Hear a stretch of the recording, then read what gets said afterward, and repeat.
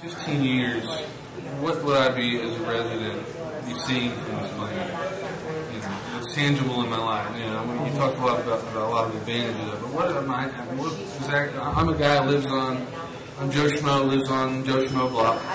And what's this going to actually mean to me? I mean, what are the roads? How's it going to make the roads different? Is it going to be more bike trails in the city? I think it's going to be a lot of that. It's not only going to be more bike trails, more off-road or multi-use trails, but also things like bike lanes and sharrows, street signage to help folks navigate their way around the city. But like I said in my presentation, it's not just about paint on the road or extra bike trails and things like that. It's also giving people the tools and the education they need to learn how to ride properly and to learn how to ride amongst traffic. And also, this not only for bicyclists but also for motorists, so that they understand what the bicyclist rights are when they're on the roadway. So what I hope to see in 10 or 15 years down the road is, we have more infrastructure, more of the stuff that you can see day to day. There's more opportunities for the citizens in the city of Dayton to get that education, to learn how to ride their bikes, to get access to a bicycle. And also, for there to be an increased, maybe an enforcement piece to work with the police department to make sure that both cyclists and car drivers are adhering to the rules of the road and respecting each other as a roadway users. Do you see a lot more increased bike trails within the city, or I think that's a potential. Unfortunately with the off-road bike trails, they're expensive to construct, mostly because you have to acquire right of way or you have to acquire property to do so. And the trails that we have now are along public rights of way that we already owned as a public, not the city, but as a public entity. So we have to be a little bit more creative when we're putting in some new trails. So we're looking at expanding possibly out in the southwest, doing another trail on the opposite bank of the Great Miami River on the west bank, out to maybe Possum Creek or out to Sunwatch Village. That's an idea that's come up. And also creating linkages between the trails, because right now it's sort of a radial system from the center out. Creating a beltway so that we can connect folks, in between trails to get them out into the trail and to get them where they need to go. And that'll be mostly on-road facilities, just because we don't have the extra room, to provide a exclusive path. Okay. When you had a piece in there that talked about bicycling and more personal freedom. Mm-hmm. Now, a lot of Americans have, whether it's consciously or subconsciously, an enormous vested, maybe it's conscious or subconscious interest in the American highway system. The drive everywhere, eat a Big Mac, throw it out the window, speed around, go cruise out in the country. Just ride everywhere. And so many people equate that with freedom, the internal combustion engine. Right. How do you drive the personal freedom on a bicycle when obviously I'm not so free? I can't I can't be in Indiana in an hour. Right. I think it's when I speak of personal freedom, it's mostly for folks like elderly folks who can no longer drive a car, the young who can't legally drive a car, and folks who for whatever reason don't have the ability to either own a car or maintain a car, or have some sort of physical disability where it doesn't allow them to drive a car.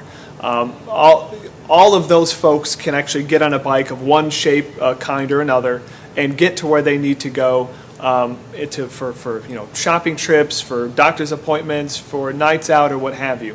Personal freedom, it's amazing.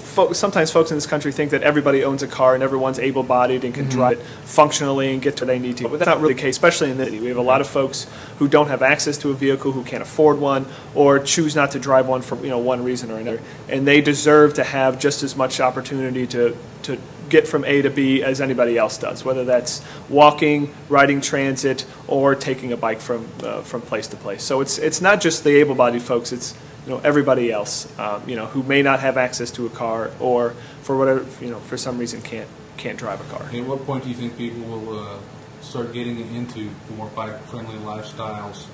Do you think it's going to coincide with gasoline being $7 a gallon? I think that's in Europe? I think that's a big part of it. Yeah, I do think that's a big part of it. Is as the cost of living increase, people are going to figure out ways where they can cut back and save money.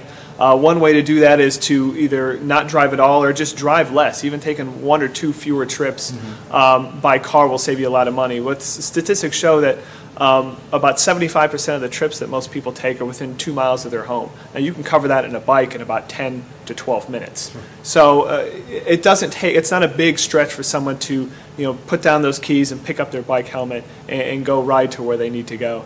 I think it's also, for some of the other reasons I talked about, how it's a great way to get out and meet your neighbors, spend time with family, explore the city around you. It's a great way to improve your personal health and you get a little bit of exercise.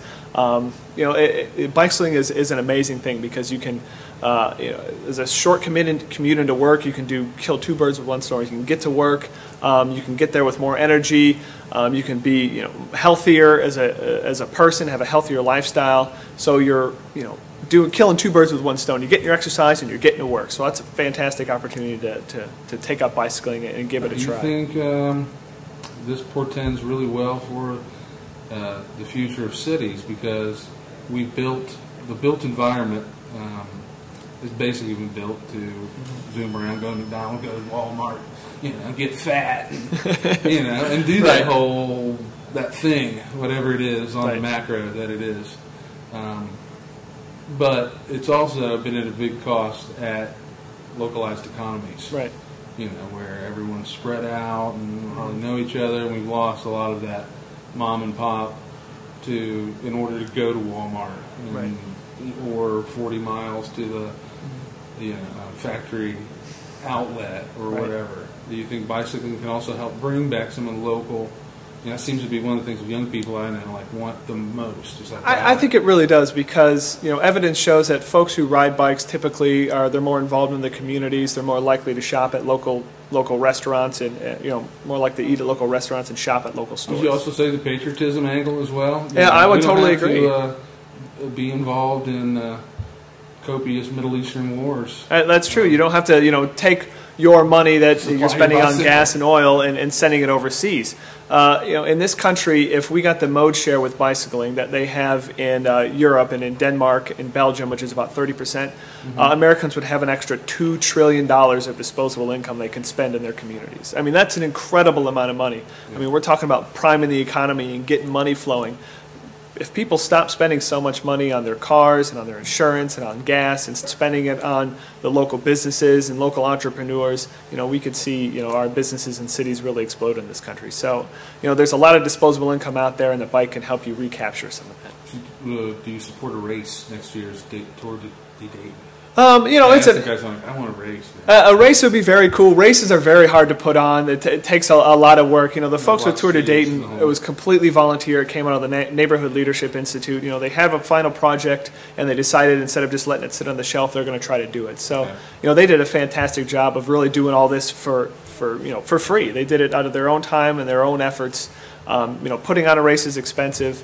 There are lots of races in the Dayton region and in Ohio. If you go to the Ohio Bicycle Federation's website, they have a complete calendar of all the bike events. Maybe just like a sprint from west 3rd all the way down to east 3rd. Yeah, just like one street, just like And that would be I think that would be something fun, and maybe that's something we can explore. Than like blocking several streets off. You could get like a police escort, kind of like a funeral does. Yeah, I mean that's an idea, and I'm not one to discount any ideas. So, it's something we can definitely take a look into. And I think it's a great opportunity to maybe get some other cyclists who may not necessarily come to our region to come here and see what we have offers. So, what kind of bike do you ride?